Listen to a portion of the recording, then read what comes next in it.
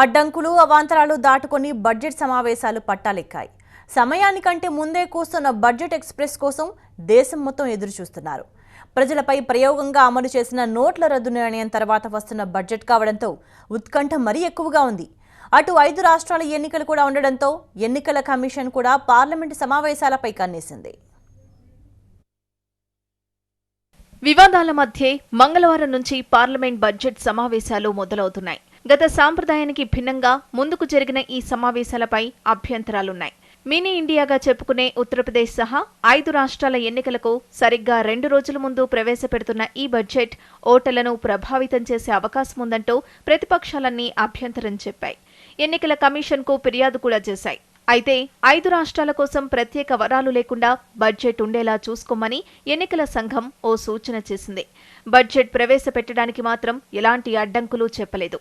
దీంతో బడ్జెట్ సమావేశాలకు ఇబ్బందులు తొలగిపోయాయి. వివాదాల సంగతెలా ఉన్నా ఈసారి బడ్జెట్ కోసం జనమంతా కళ్లల్లో ఒత్తులేసుకొని మరీ ఎదురు చూస్తున్నారు. నోట్ల రద్దు నిర్ణయంతో దేశంలో అనేక రంగాలు దారుణంగా దెబ్బతిన్నాయి.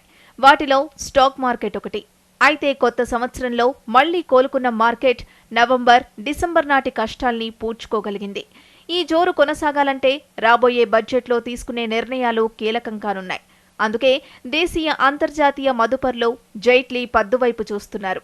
వృద్ధి రేటు నెమ్మదించే అవకాశాలున్నాయని ప్రభుత్వమే అంచనా వేస్తున్న నేపథ్యంలో దిద్దుబాటు చర్యల్లో భాగంగా వృద్ధికి ఊతమిచ్చే సాహసోపేత నిర్ణయాలు తీసుకోవచ్చని భావిస్తున్నారు మార్కెట్ నిపుణులు. మరోవైపు మదుపర్లు తమ లాభాల్లో కొంత మొత్తాన్ని పన్నుల రూపంలో చెల్లించి దేశ ఉన్నతికి సహకారం అందించాలనే మాట ప్రధాని నోటి నుంచి వచ్చినప్పటి నుంచి మదుపర్లలో ఆందోళన నెలకొంది. దీర్ఘకాల మూలధన లాభంపై పన్ను మినహాయింపుని ప్రభుత్వం తొలగిస్తుందేమోనని వారు ఆందోళన చెందుతున్నారు. మినహాయింపు తొలగించబోమని జైట్లీ హామీ ఇచ్చినా అంతర్గతంగా భయం మాత్రం వెంటాడుతోంది. దీంతో పాటు పన్ను ఎగవేత నివారణ నిబంధనల చట్టాన్ని వచ్చే ఆర్థిక సంవత్సరం నుంచి ప్రభుత్వం అమల్లోకి తీసుకురాబోతోంది. దీనిపై ఇన్వెస్టర్లలో నెలకొన్న ఆందోళనను తగ్గించేందుకు కేంద్ర ప్రత్యక్ష పన్నుల మండలి స్పష్టత ఇచ్చింది. ఈసారి బడ్జెట్లో నగదు రహిత ఆర్థిక వ్యవస్థ రూపకల్పనలో భాగంగా అనేక చర్యలు చేపట్టే అవకాశాలు పుష్కలంగా ఉన్నాయి. కొంత మొత్తం దాటిన లావాదేవీలు డిజిటల్ పద్ధతుల్లోనే చెల్లించాలనే నిబంధన తప్పనిసరి చేసే అవకాశాలు కనిపిస్తున్నాయి. ఈ క్రమంలో డిజిటల్ లావాదేవీలపై సర్ఛార్జ్, అదనపు ఛార్జీలు తొలగించేందుకు బడ్జెట్లో రూపకల్పన చేసే అవకాశం ఉంది. పెద్ద నోట్ల రద్దు నేపథ్యంలో ప్రభుత్వం ప్రధానంగా 3 అంశాలపై దృష్టి పెట్టాలని నిపుణులు కోరుతున్నారు. గ్రామీణ ప్రాంతాల్లో కొనుగోళ్లు తిరిగి పుంజుకునేలా చర్యలు తీసుకోవడం, వ్యవసాయ ఉత్పత్తుల దిగుబడి పెరిగేలా కార్యక్రమాలు రూపొందించడం, వేతన జీవులకు పన్ను విధించదగిన ఆదాయ పరిమితిని పెంచడం కీలకమైనవి. ప్రజల కొనుగోలు శక్తి పెరగడానికి, తిరిగి వినియోగం పుంజుకోవడానికి ఈ 3 అంశాలు ఎంతో కీలకమంటున్నారు నిపుణులు. జీఎస్టీ వంటి పన్ను సంస్కరణలు చేపడుతున్న సర్కారు ఆదాయపు పన్ను విషయంలోనూ భారీగా పన్ను భారాన్ని తొలగించాలని కోరుతున్నారు. సాధారణ బడ్జెట్లోనే ఈసారి రైల్వే బడ్జెట్ కూడా భాగమవుతోంది. ఈ నేపథ్యంలో ప్రయాణ ఛార్జీల భారం పెరుగుతుందా అన్న ఆందోళన వ్యక్తమవుతోంది.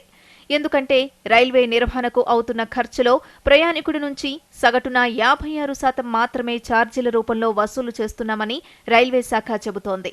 ఈ నష్టాన్ని సరుకు రవాణా ద్వారా పూడ్చుకునే ప్రయత్నం చేస్తున్నామంటోంది. ఈ నేపథ్యంలో సంస్కరణల్లో భాగంగా రైల్వేపై ఎలాంటి నిర్ణయాలు తీసుకుంటారనేది సర్వత్రా చర్చనీయాంశంగా మారింది. ఒక రకంగా చెప్పాలంటే ప్రజాసేవని పక్కనబెట్టి పూర్తిస్థాయి కమర్షియల్ రూపంలోకి రైల్వేలు మారే అవకాశాలున్నాయని తెలుస్తోంది.